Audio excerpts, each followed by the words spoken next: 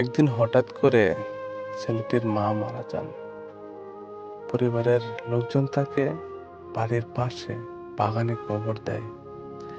ঘটনাটা ঘটে বসিরহাটের শিমুলতলা গ্রামে।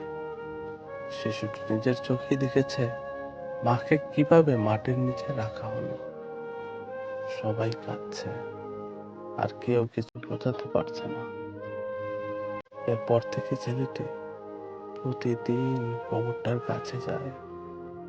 কখনো চুপচাপ বসে থাকে, কখনো মাকে ডাকে, মা তুমি কোথায় গেলে। সে জানে না মা আর কোনোদিন ফিরে আসবে না। শুধু ভাবে হয়তো মা ঘুমিয়ে আছে, হয়তো একটু পরে উঠে পড়বে। যেখানে তার বয়সী ছেলেদের খেলার মাঠে দৌড়ানোর কথা, সেখানে সে সময় কাটায় কবরের পাশে। ওই মাটির নিচেই যেন তার সবচেয়ে আপনজন, তার মা।